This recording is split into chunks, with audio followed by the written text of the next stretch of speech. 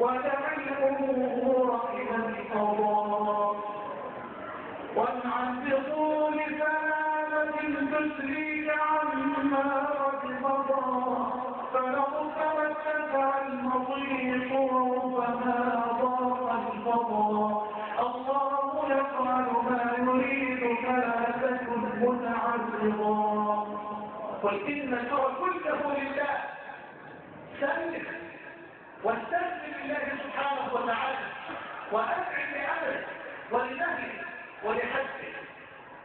وشوف انت الذي بيقول من كانت الآخرة همه جعل الله غناه في قلبه وجمع الله عليه شمله وأتته الدنيا وهي راغمة.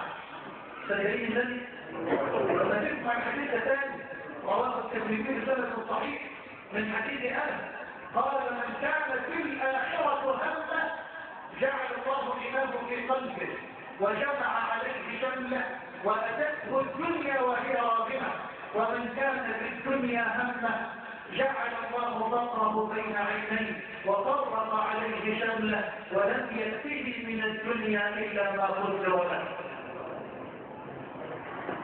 النفس تجري على الدنيا وقد علمت أن السلامة فيها ترك ما فيها لا دار للمرء بعد الموت يسكنها إلا التي كان قبل الموت يبنيها فإن بناها بخير طاب مسكنه وإن بناها بشر خاب تلهيها أموالنا لذوي الميراث نجمعها ودورنا لخاف الدهر نبنيها وكم من مدائن في الآفاق قد بنيت أمست خرابا وأفنى الموت أهليها أين الملوك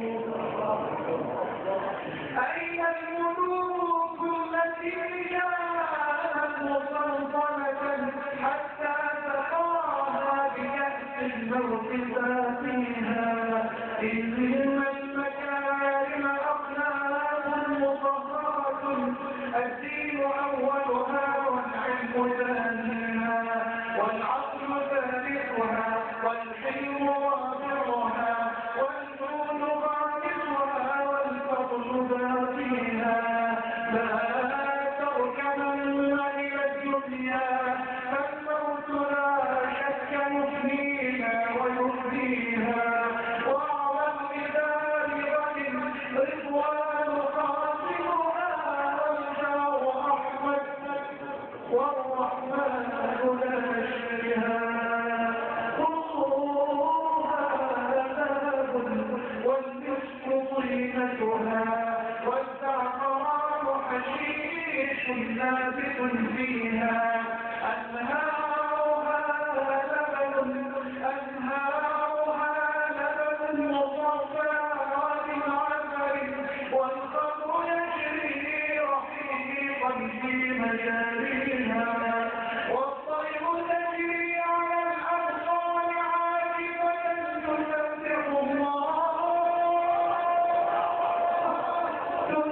الله شهرا في نوانيها فمن يشتري الدار في الفردوس يعمرها برجعة في ظلام الليل يحييها.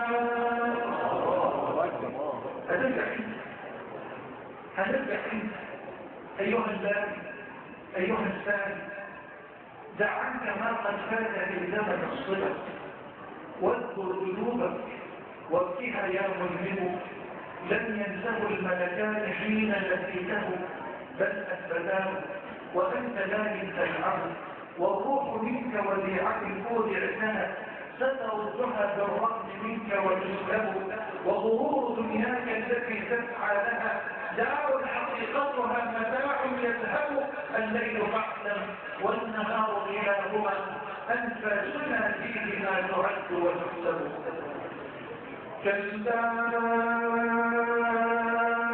إذا بلغت التراقي عظيما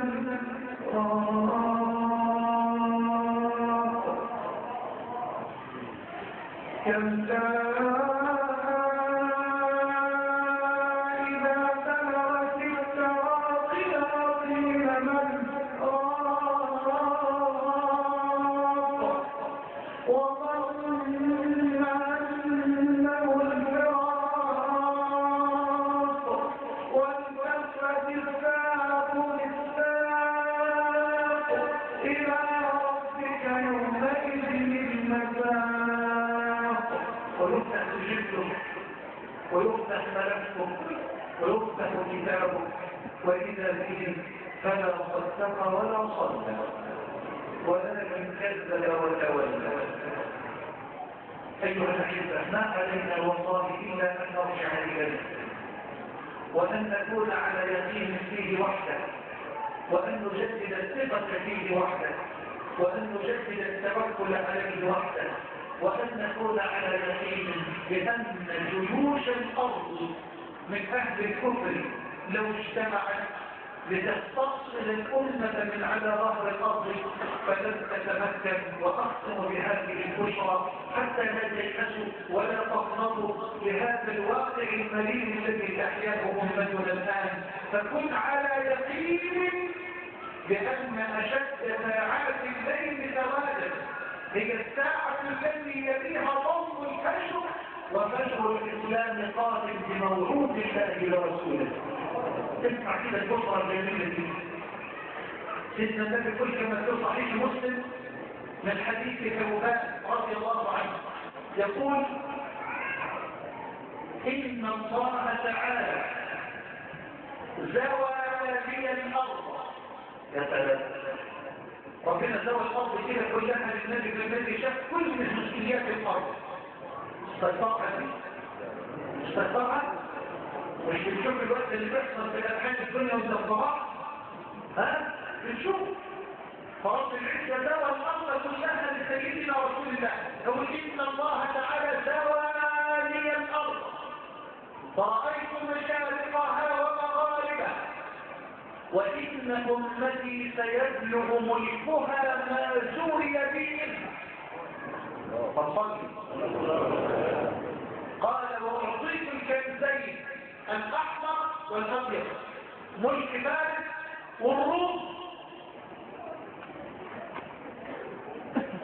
قال: وإني سألت ربي عز وجل لأمتي ألا يهلك أمتي بسنة عامة الفحص عام،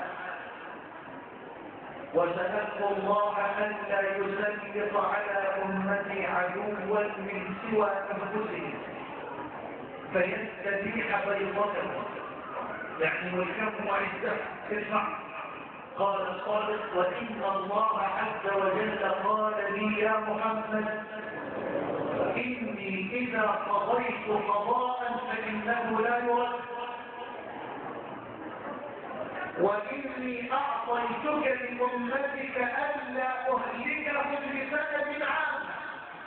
اللهم لك الحمد يا سيدي.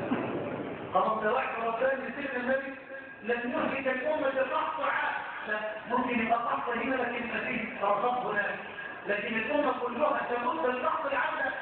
فمتنى بقى: وإني أعطيتك لأمتك ألا أسلط عليهم عدوا من سوى أنفسهم يستبيح بيضتهم ولو اجتمع عليهم من بأبصارها. من رأسي الأسرة دي طبعا لو اجتمعت جيوش الأرض، لو اجتمعت جيوش الأرض عشان تستقصد شكة الأمة لن يتمكن بموعود الله للصادق رسول الله. لو اجتمع على الأمة من بأبصارها، وفي لفظ مسلم من بين أبصارها يستقل شكلها ليبيدوا وجودها وضرائها لن يتمكنوا أبدا. لكن سيمسكون الدماء معا، سيمسكون الأشياء معا، لكن مش ممكن أبدا نبيد الأمة كلها من على وجه الأرض، لأن هذه الأمة كرمها ربها وشرفها بحمل أعظم رسالة. أنا